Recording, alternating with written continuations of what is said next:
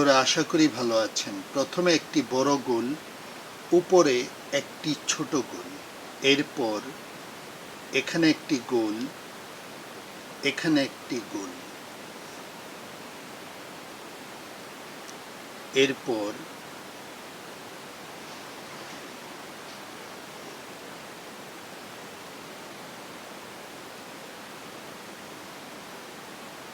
এই দিক থেকে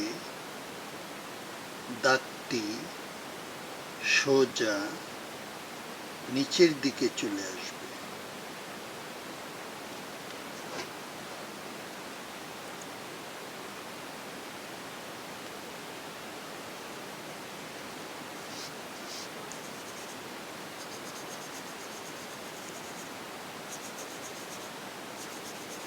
এরপর টিয়া রং।